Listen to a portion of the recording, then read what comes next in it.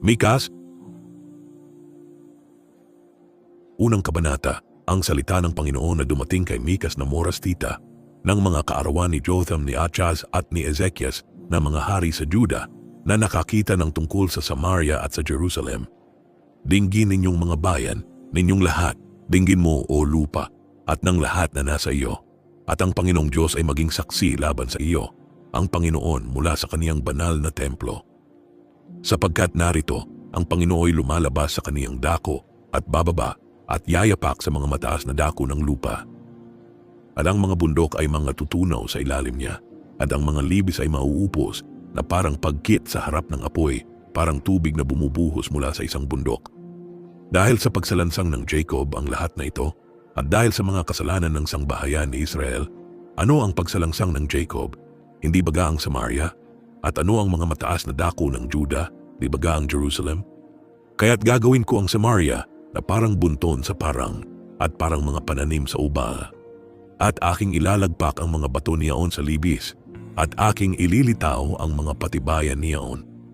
At lahat niyang larawang inanyuan ay pagpuputol-putulin at ang lahat niyang kaupahan ay susupukin sa apoy at ang lahat niyang Diyos-Diyosan ay aking ihahandusay na sira sapagkat sa kaupahan sa isang patutot ay kaniyang mga pinisan at sa kaupahan sa isang patutot ay mga uuwi. Dahil dito tataguhoy ako at mananambitan. Ako'y yayaong hinubdan at hubad. Ako'y uungal na parang tsakal at mananangis na gaya ng mga avestruz. Sapagkat ang kaniyang mga sugat ay walang kagamutan. Sapagkat dumarating hanggang sa Juda, umaabot hanggang sa pintuang bayan ng aking bansa, hanggang sa Jerusalem. Huwag ninyong saysayin sa Gath, huwag kayong pakaiyak. Sa Beth-le-Afra, gumumun ako sa alabok. Magdaan ka, o nananahan sa Safir, sa kahubaran at kahihiyan. Ang nananahan sa Haanan ay hindi lumalabas. Ang taghoy ng Beth-Esel ay mag-aalis sa iyo ng pangalalay niyaon.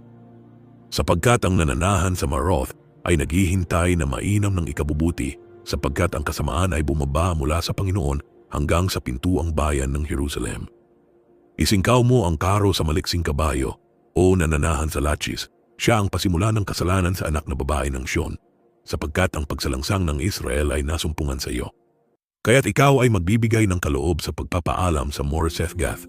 Ang mga bahay sa Aksib ay magiging karayaang bagay sa mga hari sa Israel. Dadalhin ko pa sa iyo, o nananahan sa Maresa, ang mag-aari sa iyo. Ang kaluwalhatian ng Israel ay darating hanggang sa Adulam. Magpakakalbo ka at pagupit ka dahil sa mga anak ng iyong kalayawan. Palakihin mo ang iyong pagkakalbo na gaya ng agila, sapagkat sila'y nangapasa pagkabihag mula sa iyo. Ikalawang kabanata. Sa aba nila na humahaka ng kasamaan at nagsisigawa ng kasamaan sa kanilang mga higaan, pagliliwanag sa umaga ay kanilang isinasagawa, sapagkat nasa kapangyarihan ng kanilang kamay. At sila'y nangagiimbot ng mga bukid at kanilang inaangkin, at ng mga bahay at inaalis, at kanilang pinipighati ang isang tao at ang kaniyang sangbahayan, ang tao at ang kaniyang mana.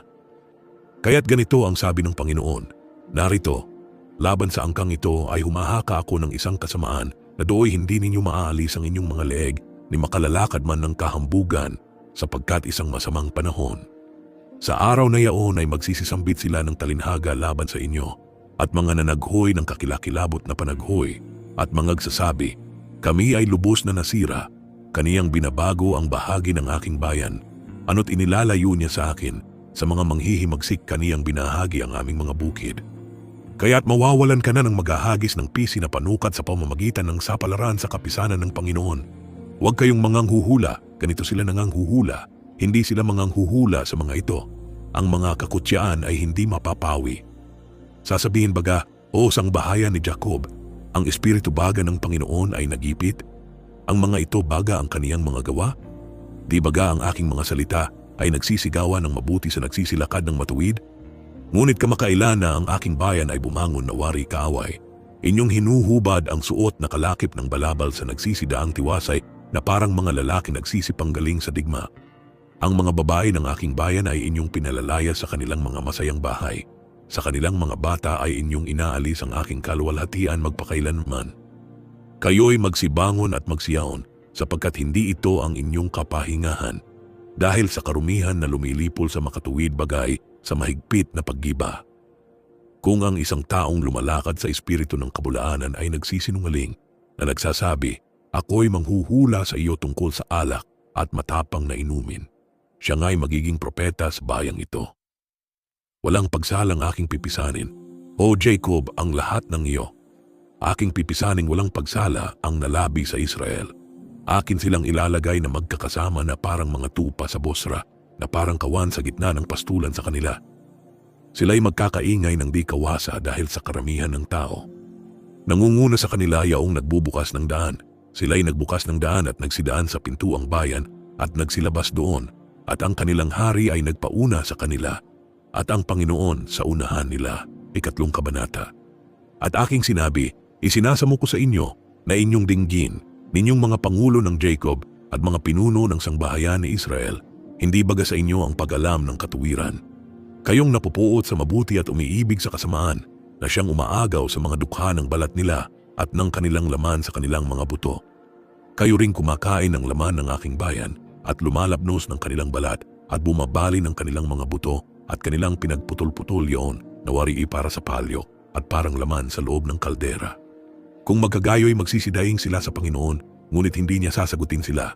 Oo, kaniyang ikukubli ang kaniyang mukha sa kanila sa panahong yaon, ayon sa kanilang ginawang kasamaan sa kanilang mga gawa.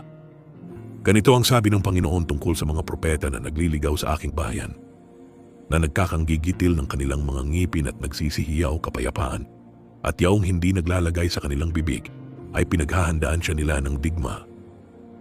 Kaya't magiging gabi sa inyo na hindi kayo magkakaroon ng pangitain, at magkakaroon ng kadiliman na hindi kayo makapanguhula, at ang araw ay lulubog sa mga propeta, at ang araw ay mangungulimlim sa kanila. At ang mga tagakita ay mga papahiya, at ang mga manghuhula ay mga tutulig. Oo, silang lahat ay magtatakip ng kanilang mga labi, sapagkat walang kasagutan ng Diyos. Ngunit sa ganang akin, ako'y puspos ng kapangyarihan sa pamamagitan ng Espiritu ng Panginoon, at ng kahatulan at ng kapangyarihan, upang ipahayag sa Jacob ang kaniyang pagsalansang, at sa Israel ang kaniyang kasalanan. Dinggin ninyo ito, isinasamo ko sa inyo, ninyong mga pangulo sa sangbahayan ni Jacob at mga pinuno sa sangbahayan ni Israel, na nangapupuot sa kahatulan at nangagbabaluktot ng matuwid. Kanilang itinatayo ang Sion sa pamamagitan ng dugo at ang Jerusalem sa pamamagitan ng kasamaan. Ang mga pangulo niya'y nagsisihatol dahil sa suhol, at ang mga saserdote niya'y nangagtuturo dahil sa upa, at ang mga propeta niya'y nanganghuhula dahil sa salapi. Kayon may sila'y sasandal sa Panginoon at mangagsasabi, hindi baga ang Panginoon ay nasa gitna natin? Walang kasamaang darating sa akin. Kaya't ang Sion ay bubukirin na parang isang bukid dahil sa inyo, at ang Jerusalem ay magiging mga bunton, at ang mga bundok ng bahay ay parang mga mataas na dako sa isang gubad. 4 na kabanata.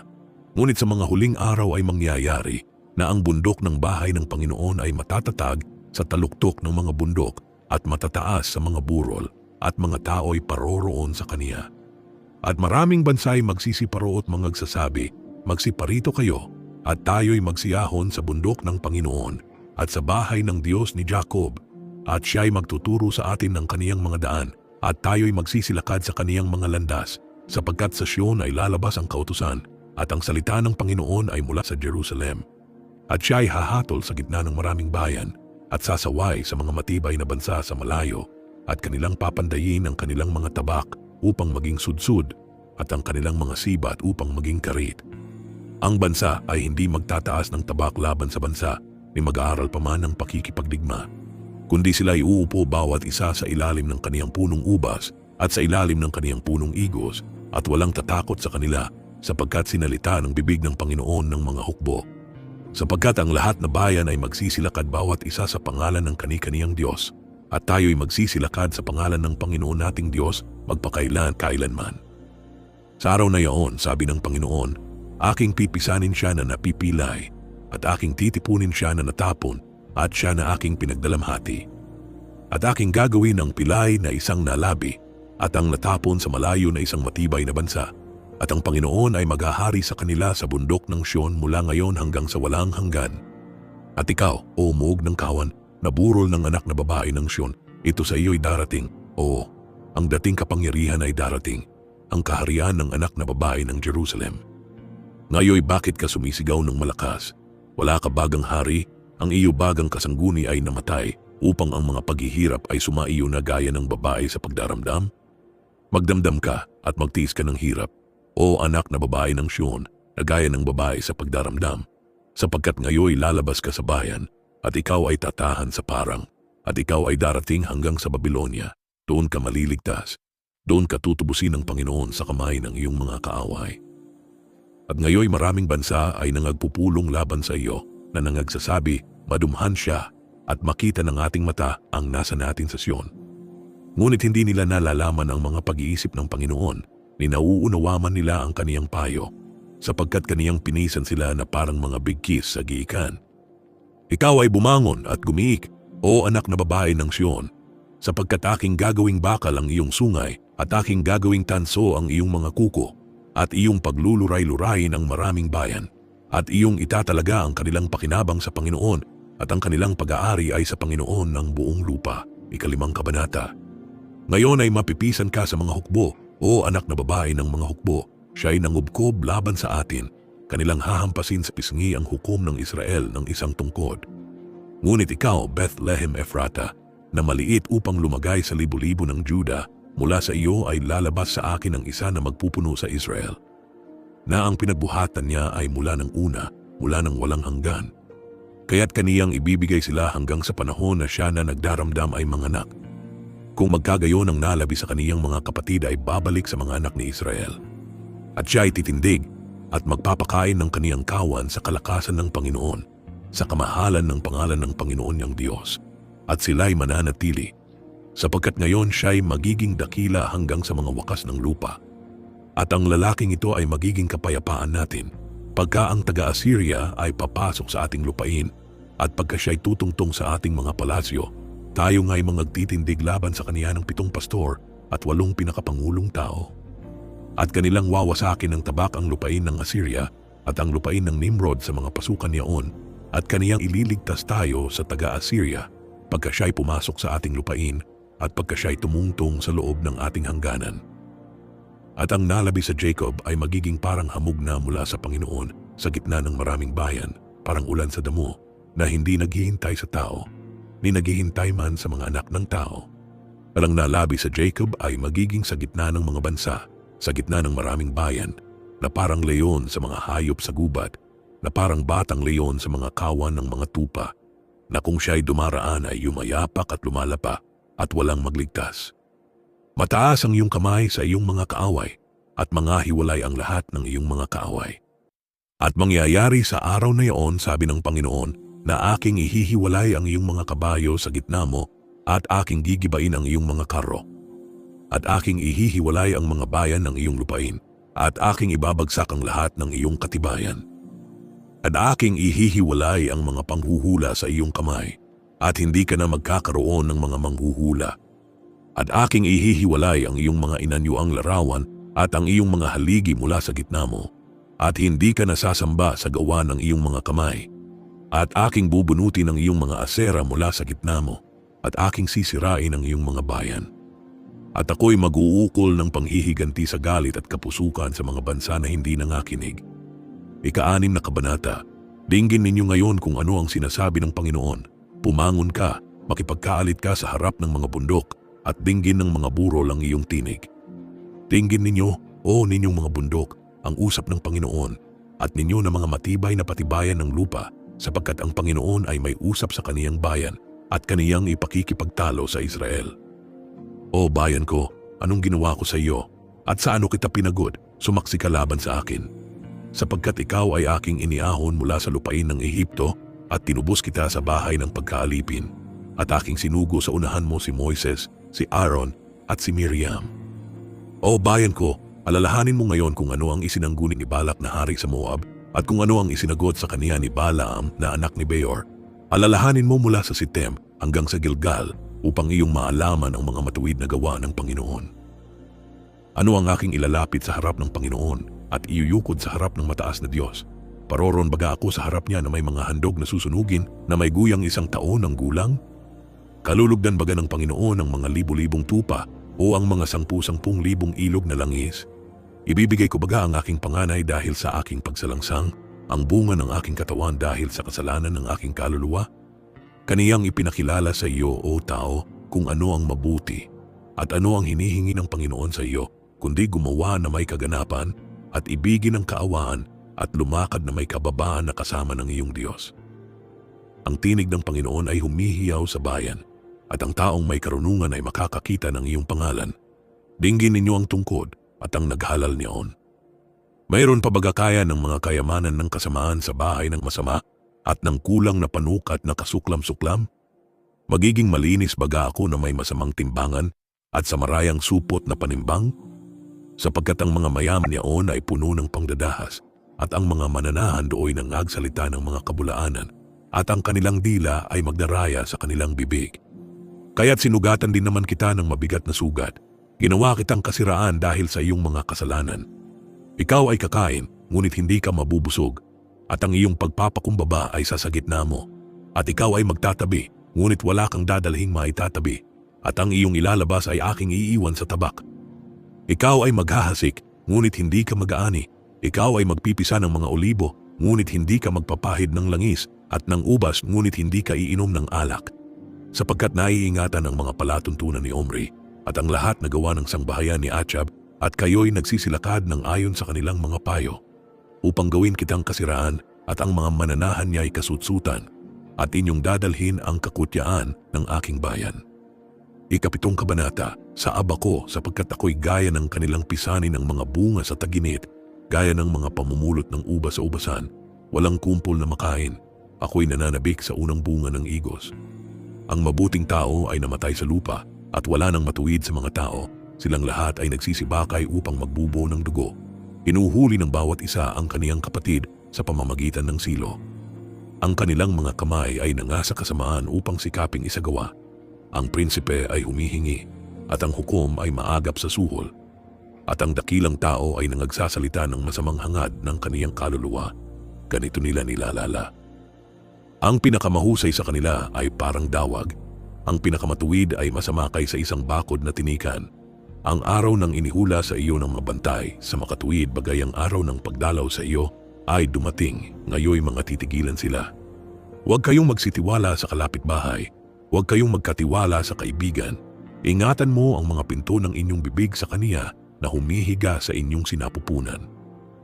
Sapagkat sinisira ang puri ng anak na lalaki ang ama, ang anak na babae ay tumitindig laban sa kaniyang ina, ang manugang na babae ay laban sa kaniyang biyanang babae. Ang mga kaaway ng tao ay ang kaniyang sariling kasangbahay. Ngunit sa ganang akin ako'y titingin sa Panginoon. Ako'y maghihintay sa Diyos ng aking kaligtasan. Didinggin ako ng aking Diyos. Huwag kang magalak laban sa akin, o aking kaaway. Pagka ako'y nabuwal, ako'y babangon. Pagka ako'y naupo sa kadiliman, ang Panginoon ay magiging ilaw sa akin.